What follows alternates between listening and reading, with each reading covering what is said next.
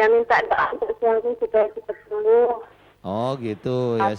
Iya. Ya sudah, nanti pada waktu doa ibu sama suami ngaminin melalui TV ya. Ya, ya, ya. Ya, sekarang saya ajak ikrar, Ibu Ida, Ya. jika Ibu sering sekali ke dukun, ke orang pintar, kemudian jika ilmu-ilmu yang diberikan dukun itu atau mantra-mantra yang pernah dimasukkan ke dalam tubuh Ida, jika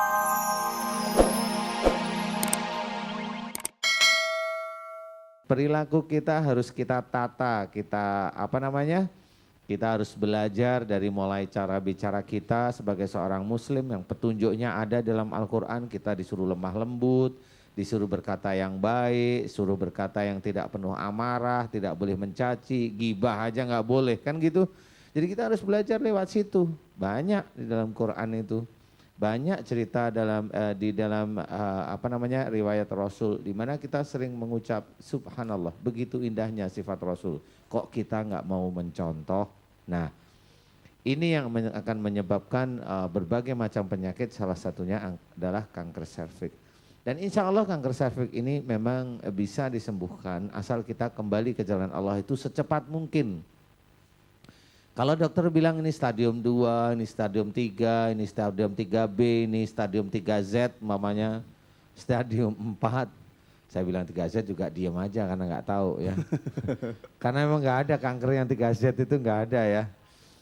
Jadi kalau memang itu sudah menjalar di tubuh kita, kemudian kita tidak mau kembali ke jalan Allah, lewat sudah nanti kita. Obat dokter kayak apapun kita tidak mampu. Karena apa?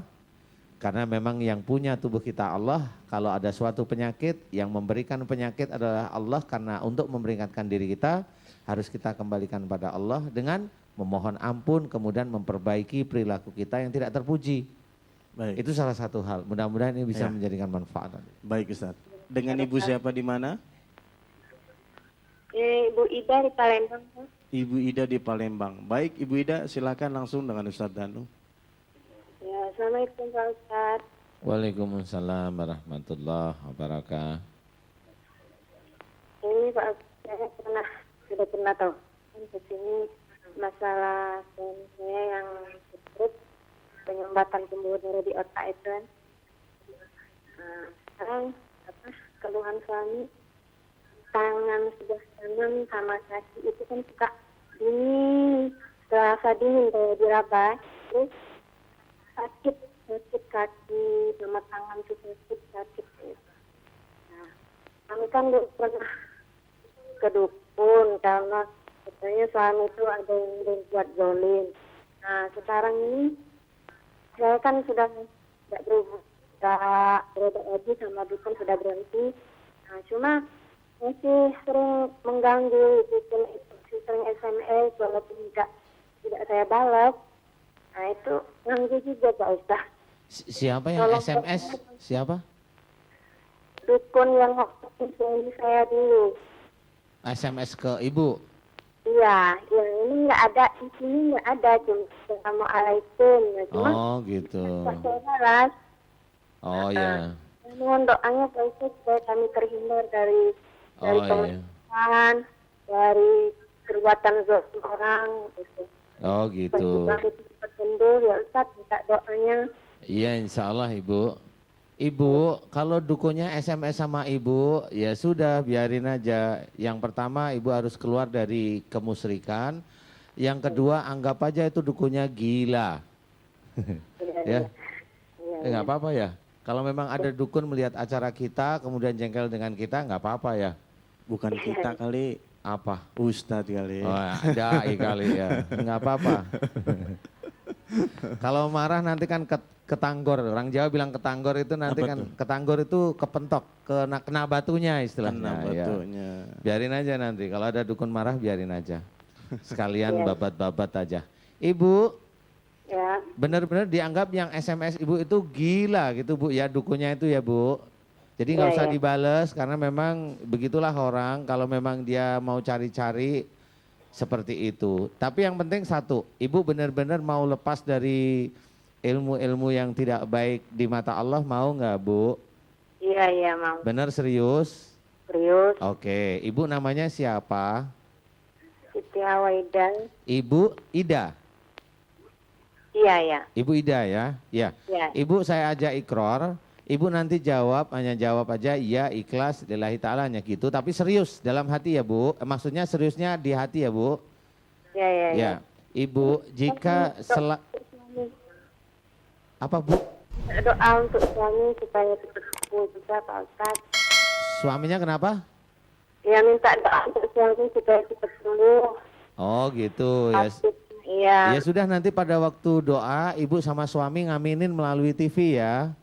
Ya, ya, ya. Ya, sekarang saya ajak ikror. Ibu Ida, jika ibu sering sekali ke dukun, ke orang pintar, kemudian jika ilmu-ilmu yang diberikan dukun itu atau mantra-mantra yang pernah dimasukkan ke dalam tubuh Ida, jika memang ilmu dan mantra tersebut tidak sesuai dengan syariat Islam, sunnah Rasul, maukah ibu dengan ikhlas lillahi ta'ala melepas semua ilmu kemusyrikan yang pernah ibu kerjakan semata-mata karena Allah, ibu Ida ikhlas Ikhlas. lillahi ta'ala?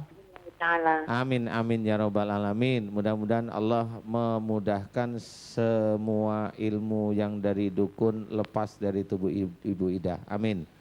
Kemudian ibu Ida mulai nanti malam atau mulai nanti subuh ya. Dimulai dari subuh nanti malam habis sholat sunat tahajud memohon pada Allah Ta'ala ampunan jika ibu dulu pernah melakukan kemusyrikan yaitu kedukun. Mohon ampun dengan tulus, diulang-ulang mohon ampun dengan tulus. Insya Allah mudah-mudahan Allah melepaskan seluruh ilmu yang ada pada tubuh ibu ya. Amin ya. Amin. Saya mau tanya Bu, kalau tadi tangannya merasa nggak enak, saat ini sekarang ini gimana rasanya Bu? Oh, yang tangan itu sebenarnya itu suami saya, Pak Ustadz. Oh, yang sakit suaminya. Ya, yang Oh ya dokter sudah. suami saya. Tapi suami saat ini mendengarkan nggak tadi? Benar mendengar. Beliau juga ikhlas mau tidak ke dukun lagi, mau nggak? Iya, mau. Oh iya, coba ditanyain tangannya suami sekarang gimana rasanya? Tangannya masih sakit, nggak? Masih sakit. Iya, Pak Ustadz, masih sakit, Pak Ustadz. Masih sakit? Di sekitar bahu, ke tangan Dengan- sampai ke jari. dengan dari yang- pangkal kasa. Dengan yang tadi, dengan yang sebelum ketemu sama kita, sakitan mana Ibu? Coba. Angkat. Nah. Kayaknya masih sakit, Pak Ustadz. Masih meringis. Kenapa? Masih meringis menahan sakit. Oh ya, ya nanti ikut doa yang baik, karena tadi yang saya ajak ikrar kan ibu bukan bapak ya. Iya. Intinya adalah jangan ke orang pinter lagi, karena nanti kalau orang pinternya macem-macem malah lebih sakit lagi ya. Kalau bisa malah datang aja ke Masjid Anida, sehingga insya Allah malah bisa kita bertatap muka dan bisa ngobrol, mudah-mudahan lebih manfaat nanti ya Bu. Yang sabar, ditunggu, kemudian nasihat saya dikerjakan semata-mata karena Allah. Mudah-mudahan Allah memberikan kesembuhan. Amin. Amin ya rabbal alamin. Baik Ustadz, saya ingin bertanya tentang tadi. Artinya seorang istri tidak boleh terlalu marah kepada suami. Nggak boleh emosi, kalau emosi bisa menyebabkan career service. Nah, pertanyaan saya batasan marahnya itu sampai mana Ustadz? Kita memang harus memahami antara marah dengan tegas, itu beda. Kalau marah itu ada ego, ada arogan dari diri kita, Iya. keluar istilahnya. Tapi kalau tegas, kita punya dasar syariat Islam. Kalau seorang marah, itu ada memang mamanya seorang yang memahami agama, memberikan nasihat, marah bisa. Tetapi itu ada egonya yang ikut keluar. Tapi kalau tegas, umpamanya antum nih di SMS nih. Di SMS telepon. seseorang di Iya. telepon pamannya nih. Kemudian jengkel di telepon ini berkali-kali jengkel. Nah ini Dai Albar memberikan batasan nih. Ibu umpamanya siapa umpamanya. Saya ini udah punya istri umpamanya nih. Jangan ganggu lagi saya. Habis gitu dia telepon lagi. Iya. Umpama ini. Ini sudah memberikan ketegasan. Umpamanya pakai nada yang tinggi pun sudah ngasih ketegasan. Nah, ini juga sama, ini bukan marah, ini tegas, tapi ada dikit jengkel. Karena apa? Biasanya juga ini orang ini waras apa gila ya, udah dikasih tahu kok nggak sadar-sadar umpamanya seperti Ngeyel itu. gitu ya. Ngeyel. Jadi ini bukan marah, tapi ini benar-benar memberikan ketegasan, Baik. tapi yang dikasih tahu nggak ngeh. Iya, sabar ya Ustaz, sabar ya.